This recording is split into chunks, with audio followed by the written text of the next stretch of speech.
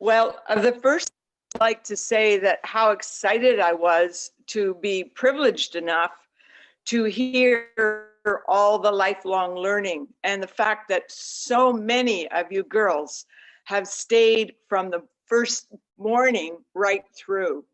As a teacher, I am just excited to see the passion that you're experiencing.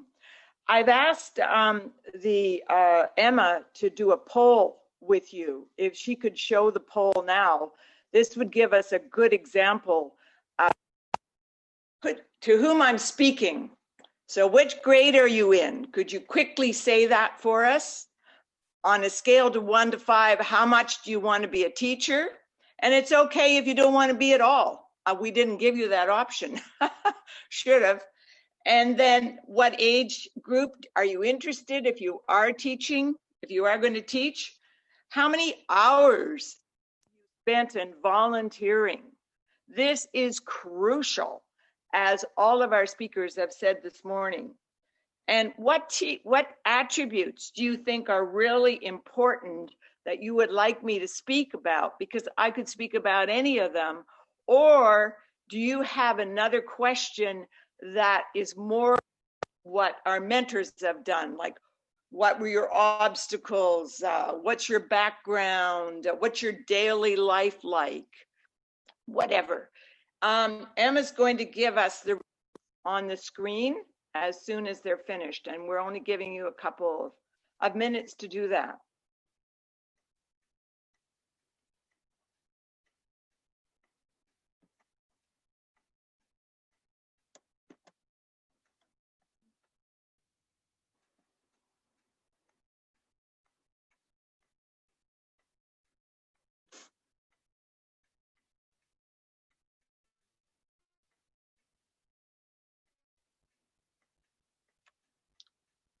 Emma, are we almost finished?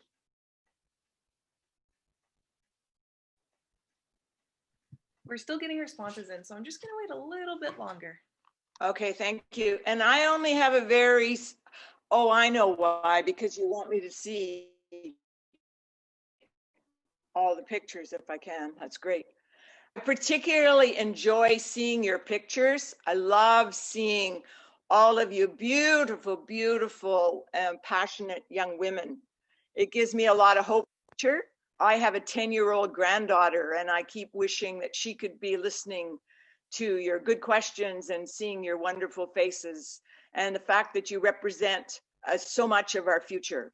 Emma's still giving the results. I thought they'd be faster, Emma. We just hit 56%. So I think I'll give it just like 10 more seconds or so, and then we'll wrap it up and share the results. Please, it's really what I want them to hear from me. What is interest?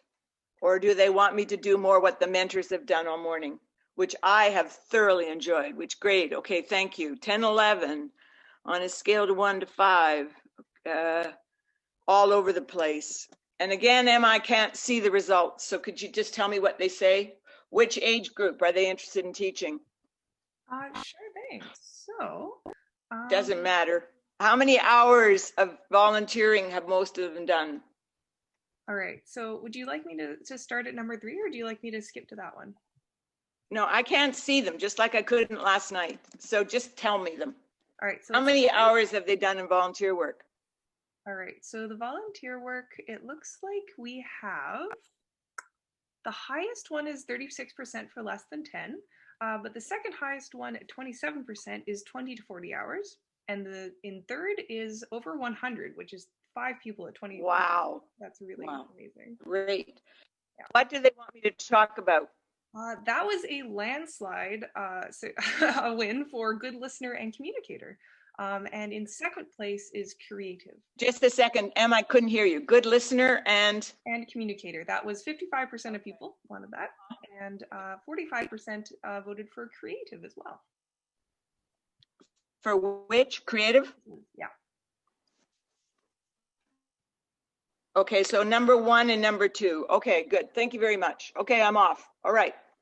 So why you have to be a good communicator is you got an example this morning of fabulous mentors who directed very specific, very, very specific answers to their questions. Some of them were a little bit longer, some of them were shorter, but you did see the smiles on their faces. You did see the commitment that they're giving. And remember, when you're communicating in any part of your life, you are first of all having to who your audience is. That's why I wanted to know who you are.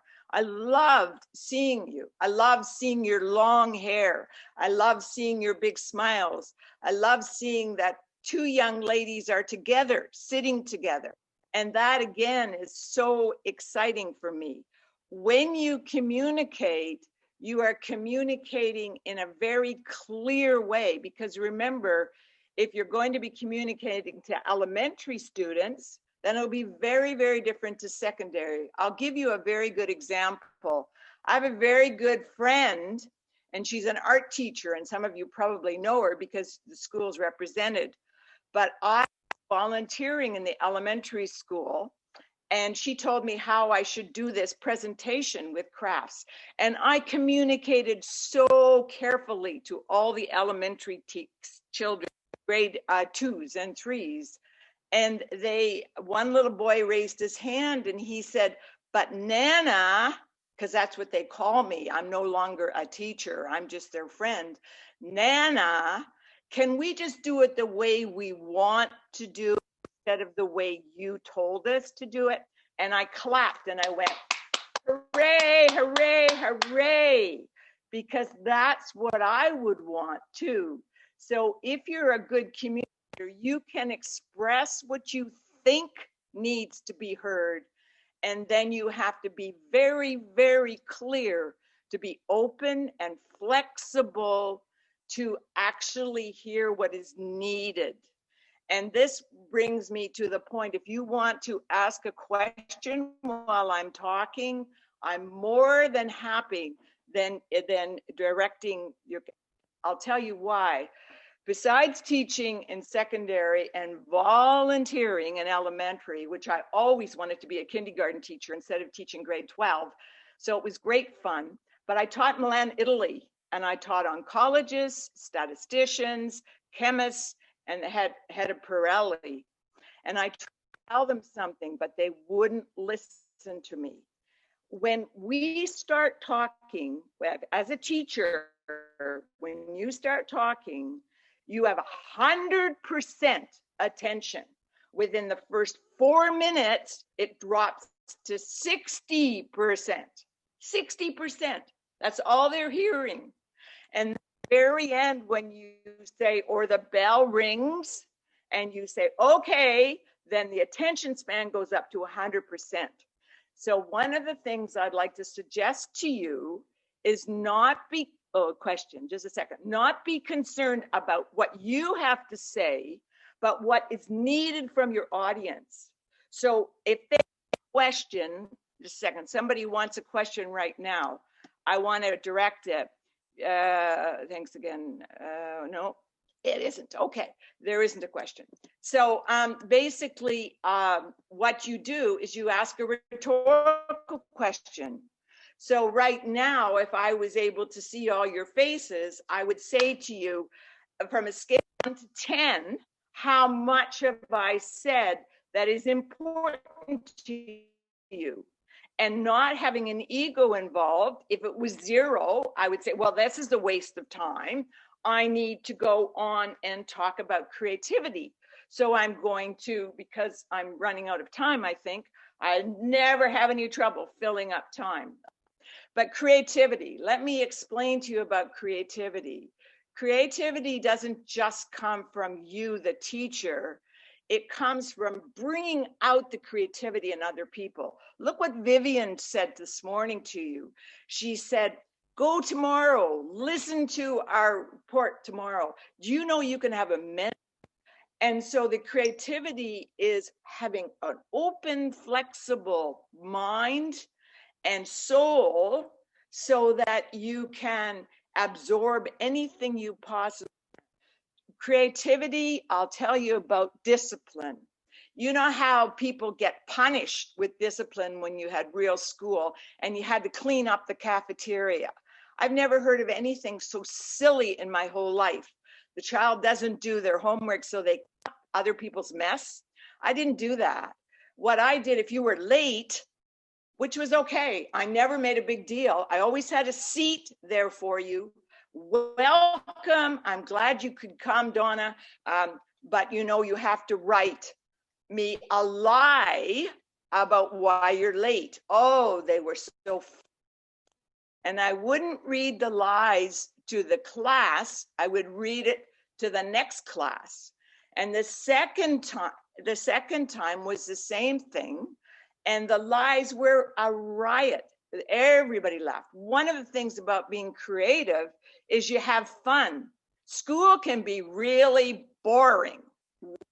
But if you have creativity in your classroom, it's lots of fun. I'm trained by William Glasser, and he said in reality therapy, I'm a reality therapy certified, and he said, if you're not having fun when you're learning, there's not much learning going on. So if you're a great teacher, you have to have a creative environment where children can risk, they can make mistakes, they can share, they can cooperate with each other. I do Christmas crafts, at least I did. And we put the children grade 2s and 3s, and they made marvelous table decorations. And we had them go around the room and look at each other's, and then they fed off each other's. And oh, when I took a community meal, nobody was even interested in the turkey. They were just interested in looking at these wonderful creative presentations. And no, I'm not artistic. No, I'm not a craft teacher. But my granddaughter, I had to find a niche for her. And so I started doing crafts with 2 and 3 years of age, because what else I read, of course, with them. But then I became this creative nana. And so when I walk into the school, that's who I am. Yes, I was in charge of provincial exams. I was a writing teacher. I was allowed to be at UBC representing the teachers who wrote. I've done myriad things, but the most important thing with creativity is continually learn, change, adapt. The seroptimists know I'm a Luddite. A Luddite is a person who resists technology. And the Luddites came from the Industrial Revolution. They were the women who smashed the machines because they didn't want their jobs to be taken over. Well, guess what? Even though I've been retired a long time, I am madly trying to keep up with my 4 and 5-year-old sons who show me all the time what I'm doing wrong. So growing, learning, being creative, being open, constantly growing and learning and changing and adapting. Your people have told you, don't worry about you're going to be a teacher now. I be a teacher. I hated school. I hated having to memorize everything. I hated the fact of not being allowed to be who I was. And I vowed I would never, ever do that to students, ever.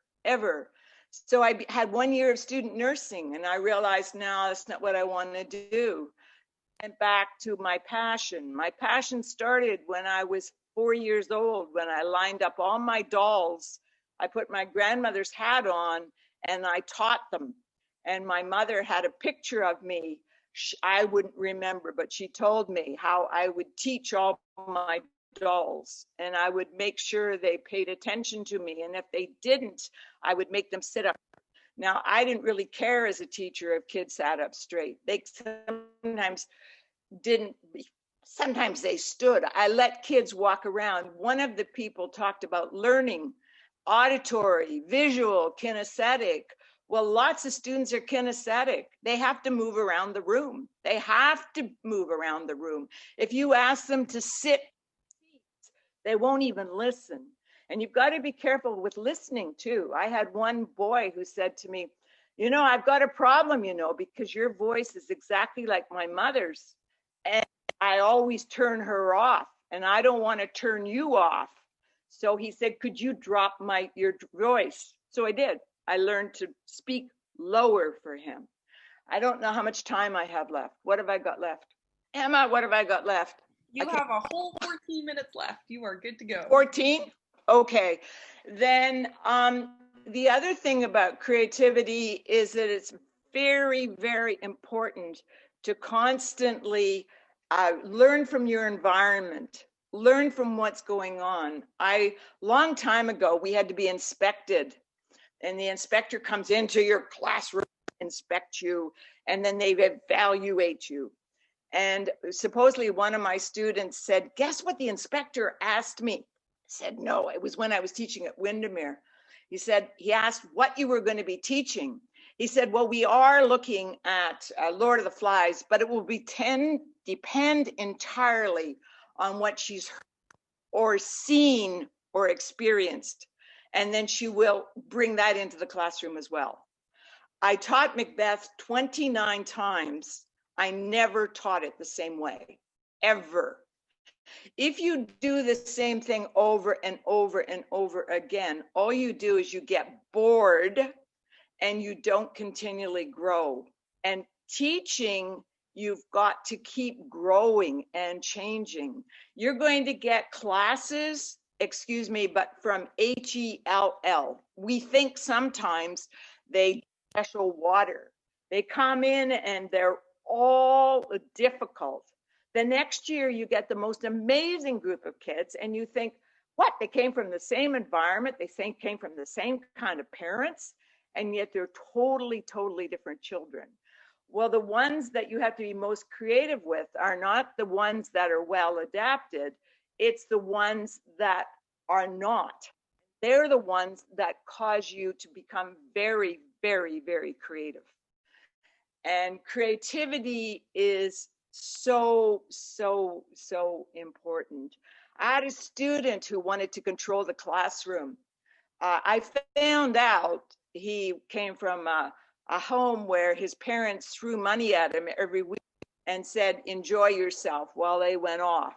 And so he needed to take control. He was a grade 11 boy, and he would do run-up commentation of everything I was doing. So I brought him in after school and I said, look, you know, I think you could be the next Robin Williams. So I'll tell you what about if you begin my class every 5 minutes entertaining? Well, guess what? He didn't want to do that. He stood in front of the classroom. He was embarrassed. He was humiliated. He didn't do it. And he came after class and he said, I don't want to do that. I don't want to be funny. I just want to be able to express my frustration. So I got a pencil, and this pencil, if you rubbed it really, really hard, all the hair flew off in all directions. I gave it to him. And when he felt really, really frustrated, that's what he did. But what I had to do is be a good communicator, listen to him after school, and find out what was going on in his life. And you see, you don't know. Another very sad example, I always started my class with creative writing, always. They could do anything they wanted. And this one boy wasn't writing. And I'm ashamed to tell you this. I'm totally ashamed, and I'm probably going to cry. I went up to him and I said, why aren't you writing? Come on, you know, it's a 5-minute writing experience. And then I looked at him and I thought, oh my goodness, something's wrong. So I took him out in the hall and I said, hey, what's going on? And he said, well, I guess you haven't heard. It's hard to tell you this. My father, who I don't live with, smokes. And last night he went to bed with a lit cigarette. and he burnt to death. You really understand? I was speechless, absolutely speechless. And we could then, but you can't now as teachers. I said, do you want a hug? And he said, yes, please. And I hugged him and he hugged me. And I said, do you want to go home? He said, no, I just want to sit in all your classes today. Can you ask the counselor if I can just stay with you? And I'm not saying I was wonderful, and I was very annoyed that I hadn't been told.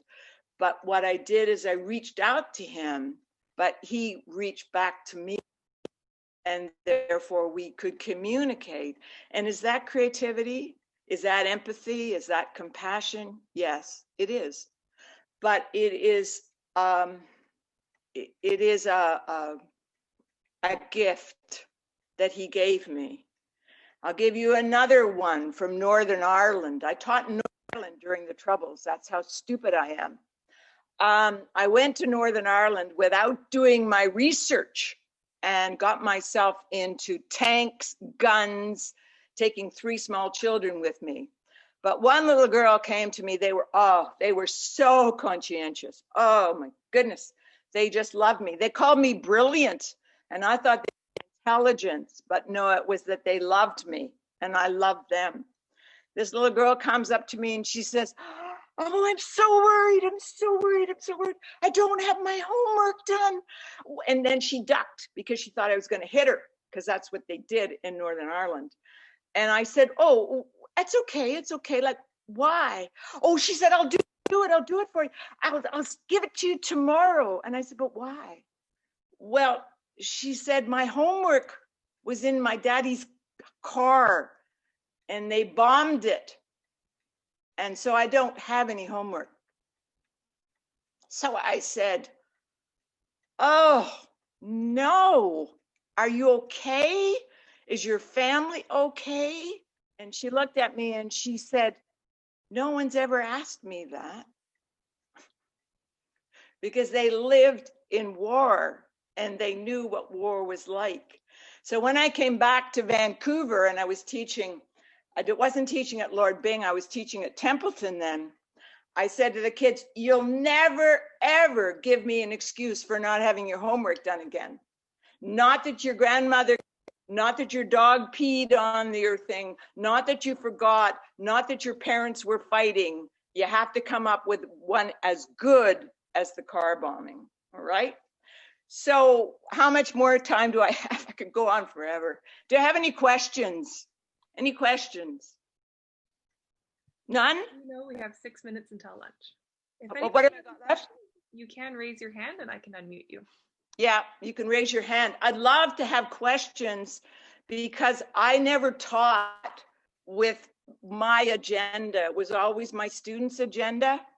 And that's why I had so much fun. When I eventually taught at the university teachers, it was boring, but not high school. High school is fun because you have the whole gamut.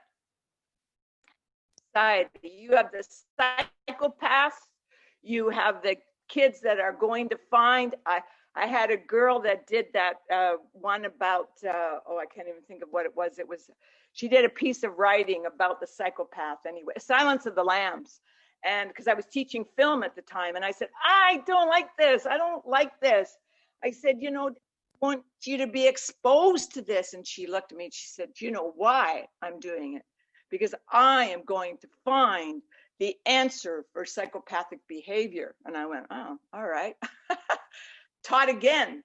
And see what happens. Some of you are going to teach elementary, and elementary, they just tell you the truth. I was doing fables with them. And I never did Aesop. I did Greek mythology in high school. But anyway, I did Aesops with them. And I found out that Aesop was a slave in Roman times. And he wrote, 300 Aesop fables. So I told them about the lion and the mouse and asked them, could they re-examine, this is grade 3s, And you should have heard their answers. They were amazing. Why Aesop, as a slave, would write these stories when he was at the bottom of the society. And one little boy said, do you know why, Nana? Because if he wrote those stories, maybe, just maybe, he could feel about himself. And maybe, just maybe, someday people will understand that they don't have to be enslaved. That was an 8-year-old who told me that. And I went, I think I should go back to university and do it again. When I watched the mentors today, particularly like some of the in astrobiologist, whoa, I don't even know what that is. I know what astro is and I know what biologist is. Somebody wants to do robotic design. I mean, these are only 2 that are different than what I know. Everybody else, 13 of you are math and science. And that's the STEM program. Somebody wants to be FBI. I wanted to be an RCMP officer. I wanted that. I would have been a great detective. I'm really good at that. I love doing research, but I couldn't because girls were not allowed to be an RCMP, and that's why I went into nursing. How about that? Some of you want to go into law. Now listen to me on this one. This is really important. My son, who was 17 at the time, wanted to be a lawyer. I took him to the library and I showed him, hey, you can't be a lawyer. There's no way. They're not going to need law, blah, blah, blah, blah. He didn't listen to me. He didn't listen to me. He took criminal, whatever it is in high school. He won the award at Lord Byng, and then he went into science. And mentorship is so important. One of his political science teachers said, hey, Michael, we're having a bit of a conference. Would you like to come and hear? And from there, my son did not say anything, but his direction was law. Volunteerism, it is crucial. The kids that have 100 hours, well done. I started when I was 12 years old. I hated school. So I went down to St. Christopher's House, which is like East Vancouver in Toronto, and I taught children how to read. I ended up working as a counselor, as a director. I ran one of the Saturday morning programs when I was 16 years old. I was working at Woolworths with a little hat on and doing milkshakes and talking to people all the time. Talk. And I was called in and they said, would you like to run the Saturday morning program? I'm 16 years old. And I have a job at Woolworths. And they said, well, it would only, 1 minute, it would only be 2 hours in Saturday. And I said, oh, but you see, I have to have the money because I come from a working class home. And they said, well, what do you get paid? And I said, oh, I get almost nothing. And they said, we're paying you $25. 16 years old. I have 1 minute left. I could talk for 5 hours. But anyway, I am just absolutely delighted that you all came. Congratulations. Don't worry about your career. Just do all the things all these wonderful mentors have told you. Follow your passion. Don't listen to naysayers like your mother, like I was with my son. He's now a partner, right? Thanks an awful lot. You're wonderful. And I have no concerns about the future now. None. Bless you all.